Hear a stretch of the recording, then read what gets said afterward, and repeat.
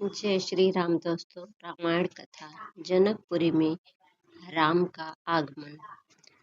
दूसरे दिन ऋषि विश्वामित्र ने अपनी मंडली के साथ प्रातः काल ही जनकपुर के लिए प्रस्थान किया। चलते चलते वे विशाला नगरी में पहुंचे। इस भव्य नगरी में सुंदर मंदिर और विशाल अट्टालिकाएं शोभायमान हो रही थी।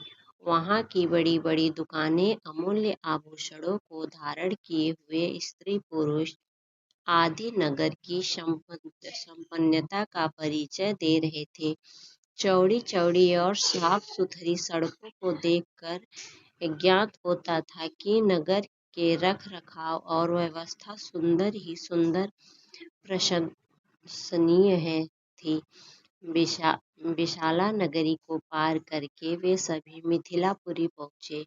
उन्होंने देखा कि नगर के बाहर सुरम्य प्रदेश में एक मनोहर यज्ञशाला का निर्माण किया गया था और वहां पर विभिन्न प्रांतों से आए हुए वेद पाठी ब्राह्मण मधुर ध्वनि में वेद मंत्रों का सस्वर पाठ कर रहे थे। शोभायुक्त यज्ञ मंडप अत्यंत आकर्षक था, जिसे देखकर राम ने कहा, हे गुरुदेव, इस यज्ञशाला की छटा मेरे मन को मोह रही थी और विद्यमान ब्राह्मणों के आनंददायक मंत्रोच्चार को सुनकर पुलकित हो रहा हूँ। कृपा करके इस यज्ञ मंडप के समीप ही हम लोगों के ठहराने की व्यवस्था करें,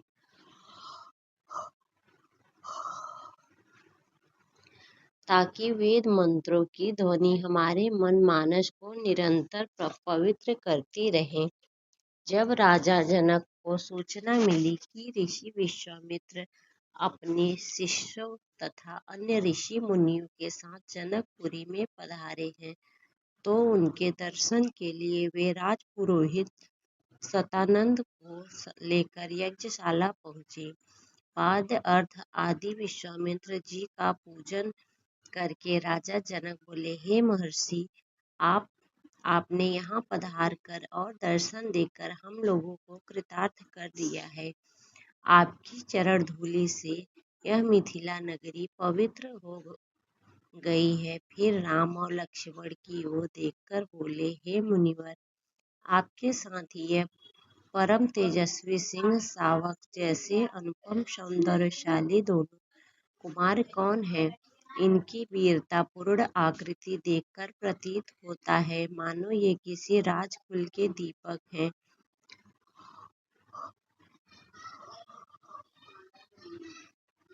ऐसे सुंदर सुदर्शन कुमारों की उपस्थिति से यह यज्ञशाला वैसे ही शोभायुक्त हो गई है, जैसे प्रातः काल भगवान भुवन भास्कर के उदय होने पर प्राची दिशा संदर्भ से परिपूर्ण हो जाती है।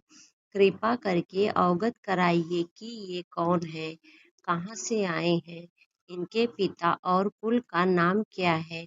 इस पर ऋषि विश्वामित्र ने राजा जनक से कहा, हे राजन, ये दोनों बालक वास्तव में राजकुमार हैं। ये अयोध्या नरेश सूर्यवंशी राजा दशरथ के पुत्र रामचंद्र और लक्ष्मण हैं। ये दोनों बड़े वीर और पराक्रमी हैं। इन्होंने सुबाहु ताड़का आदि के साथ घोर युद्ध करके उनका नाश किया है।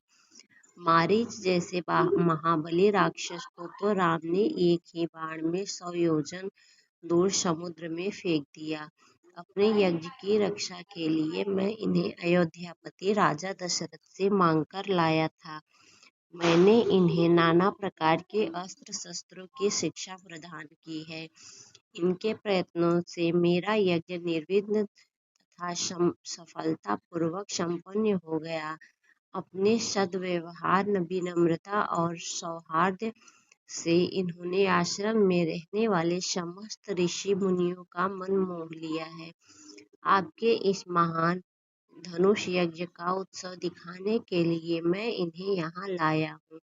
इस वृत्तांत को सुनकर राजा जनक बहुत प्रसन्न हुए और उन सबके ठहरने के लिए यथोचित व्यवस्था कर दिया।